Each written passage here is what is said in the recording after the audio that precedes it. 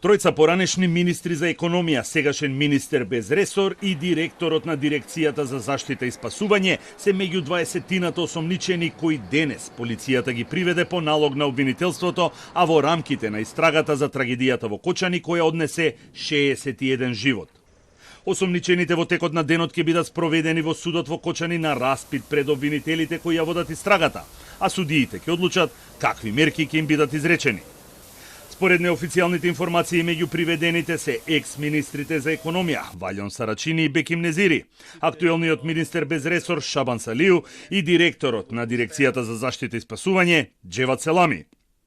Осомничен е и Дритон Кучи, македонски амбасадор во Норвешка и поранешен министер за економија. Тој преку социјалните мрежи соопшти дека припадници на МВР биле во неговиот дом во Македонија и најави дека се враќа во државата за да се стави на располагање на истражните органи. Верувам во правдата за општото добро. Со првиот лет ќе бидам во Скопје не за да се оправдам, туку за да потврдам дека транспарентноста и довербата се единствениот пат напред. Тука сум со мирна совест, чист пред себе, со непоколеблива волја пред Бога и пред законите на државата.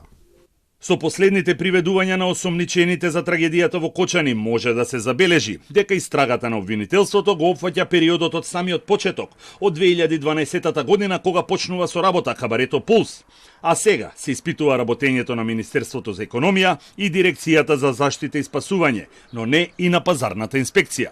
Во периодот од 2012 година, заклучно со 16 март, денот кога се случи трагедијата, во Министерството за економија се смениле 5 министри, вклучувајќи го и актуелниот Бесар Дурмиши, кој не е меѓу осомничените.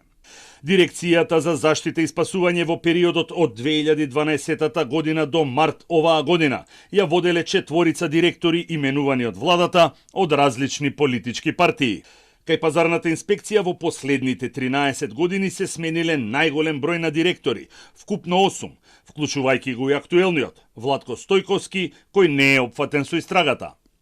По проширувањето на истрагата и новите приведувања се огласија од ДУИ, кои сметаат дека албанците се нападнати од институциите на сопствената држава, дека станува збор за еднострана истрага со цел да се заштитат актуелните функционери и најавија дека ќе ги преземат сите мерки за да го запреле нападот.